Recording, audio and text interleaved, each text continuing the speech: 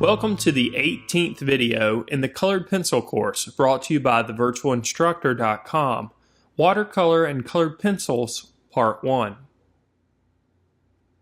The nature of colored pencils allow them to be used in conjunction with a variety of other mediums. In this module, we'll look at combining the painting medium of watercolor with colored pencils. The characteristics of watercolor make it a great medium to use in conjunction with colored pencils. The binder used in most watercolor paints, typically gum arabic, provides a suitable surface for layering. This allows for applications of colored pencil over washed areas. When watercolor is used in this manner, it becomes the vehicle for an underpainting. Colored pencil applications can be made directly over the watercolor underpainting, enriching the color. The marks that are produced by watercolor paints are clearly different from those made with a colored pencil. Combining the mediums allows the artist to produce a wider range of marks and textural effects in the artwork. The characteristics of both mediums can be exploited to take advantage of the strengths of each medium. Watercolor is a softer medium, capable of subtle shifts in color and value. Colored pencils are capable of defined lines, intense colors, and more control. For this demonstration, we will approach the work by creating an underpainting with watercolor and then apply layers of colored pencil applications. Another approach is to apply colored pencils first and then apply washes of watercolor. If this second approach is taken, the wax or oil binder of the colored pencil will resist the watercolor washes, and paint will only adhere to the surface where no colored pencil has been applied. Let's take a look at the process of creating an underpainting with watercolor and then layering on top with colored pencils. In this demonstration, I'm working on Cold Press Illustration Board by Canson. This surface will allow a smooth but rigid surface to work upon. We'll begin by drawing out the contour lines of the strawberry using an HB or number 2 pencil. We'll lift up some of the graphite using a kneaded eraser. Then, using a small brush, we'll apply liquid masking fluid in areas of intense highlight. This will prevent the watercolor from reaching these areas. Now we're ready to start applying the watercolor washes. We'll start with alizarin crimson. I'm using a nylon brush to apply the washes. These washes will be transparent, and in between each wash will allow the surface to dry before applying additional applications. Since the right side of the strawberry has more shadow, we'll apply additional washes on the side. I'll also use a little bit of ultramarine in the mix to create a purple area for the shadow. In some areas, I'll be more controlled with the brush, creating a few indications of detail.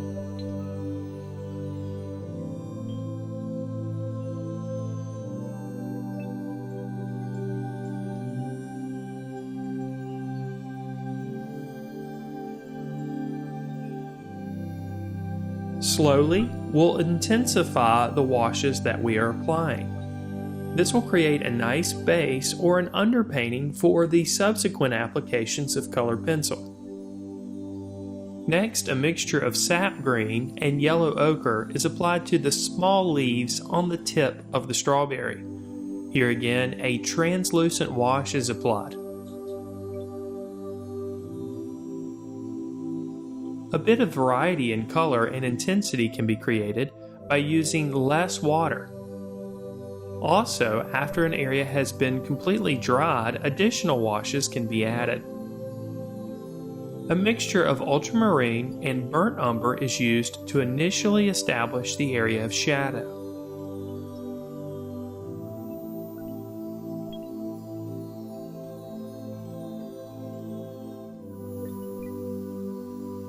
After this area has dried, an additional application is applied.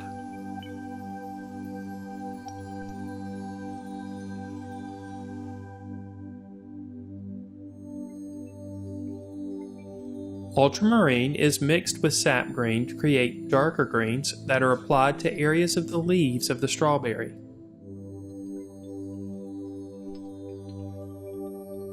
A few details are added, with the understanding that many of the details will be added with the colored pencils later in the drawing.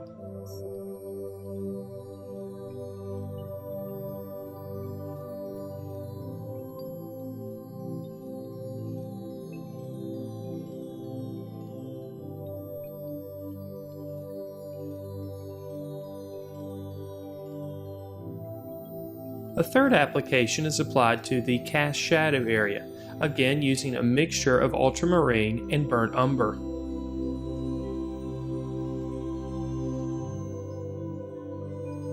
To increase the intensity of the color and to add variety to the reds inherent in the underpainting, cadmium red is applied to the main body of the strawberry. This color is added mostly in the mid-tone areas that exist on the strawberry. The paint is applied using brush strokes that will help mimic the surface texture of the strawberry.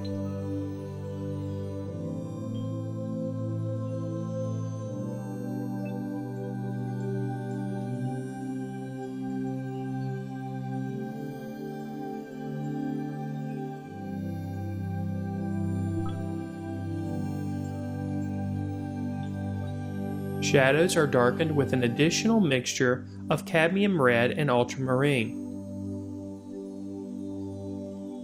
This will create areas of natural-looking shadow that are almost red-purple. Using a bit of water, we can smooth out transitions between the area of coarse shadow and the midtone on the strawberry. Once this area has had enough time to dry, we can remove the liquid mask with our finger by rubbing over the surface. Now we can start to apply our applications of colored pencils. We'll start with a cream, and we'll use this cream just to redefine some of the seeds that exist on the strawberry. To deepen the color, yellow ochre is applied on top. Dark umber can be used to establish some of the shadows and increase the contrast.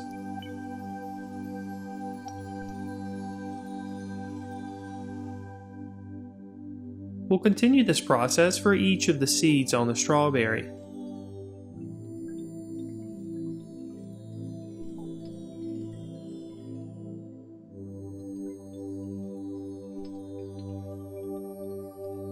We can also establish some of the coarse shadow that exists on the strawberry using dark umber.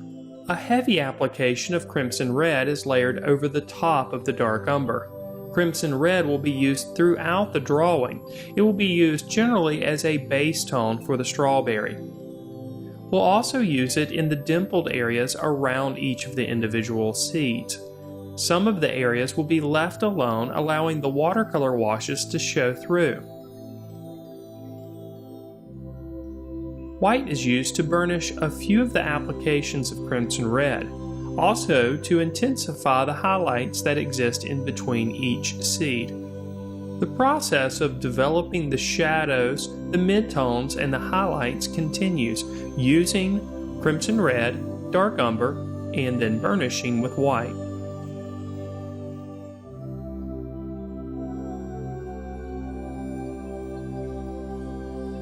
Because we have developed an underpainting using the watercolor, less colored pencil material will need to be applied to the surface. You'll find that you can develop colors quickly because of the underpainting.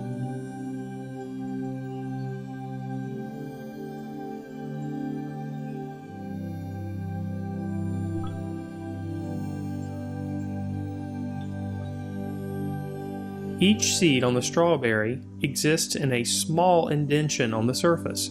We'll create the illusion of these indentions by making the value a slight bit darker around each seed. The areas in between the indentions will be lighter in value, and these areas are burnished with the white. In some areas, the highlight is very intense. The surface is very shiny in these areas. We have preserved these areas with the liquid mask, but we may find that we need to change the shape of these highlighted areas. We can do this with the application of crimson red.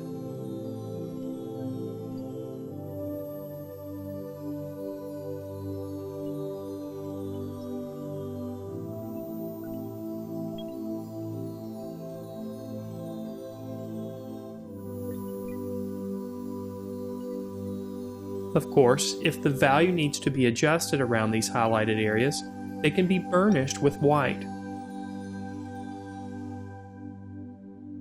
Burnishing in this case also smooths out the surface texture, making the surface texture more harmonious with the watercolor underpainting.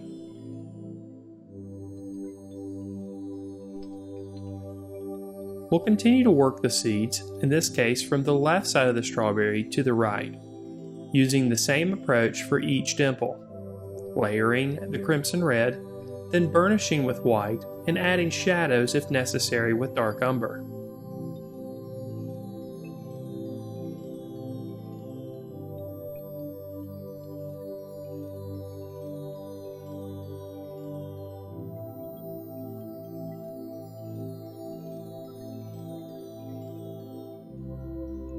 The right side of the strawberry features stronger shadows.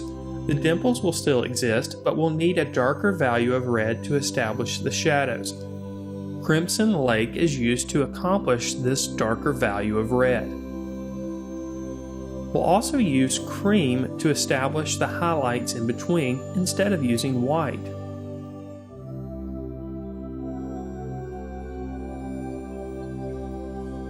We'll still use crimson red in this area, but remember the darker values will be established with crimson red. Instead of burnishing with white in many of these areas, we'll use the colorless blender in order to preserve the darker values that we've established.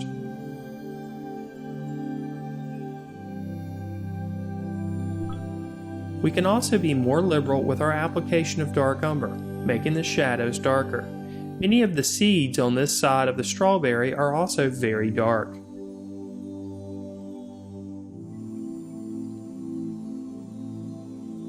We'll continue to establish the small dimples in the core shadow area of the strawberry. In this case, I'm establishing a preliminary shape using dark umber.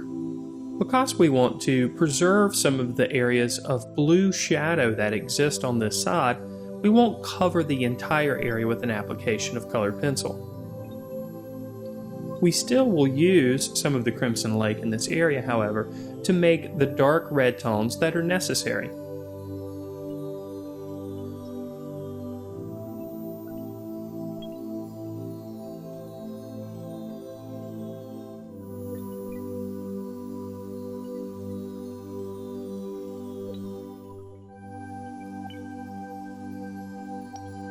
We'll establish some of the seeds that are visible using cream.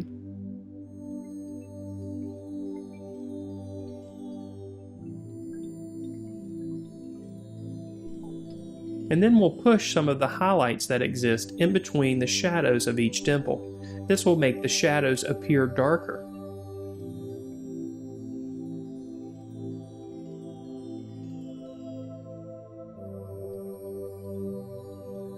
There's a bit of reflected highlight that exists on the very bottom of the strawberry as well. We'll apply that with a very light hand. And this will bring us to the conclusion of the first part of this demonstration. So what did we discuss in this module? The characteristics of watercolor and colored pencils allow for the mediums to be combined easily in an artwork. Watercolor washes can be applied as an underpainting and then layered over with colored pencil applications. The strengths of each medium can be exploited in the process. In the next module of this series, we'll complete the drawing.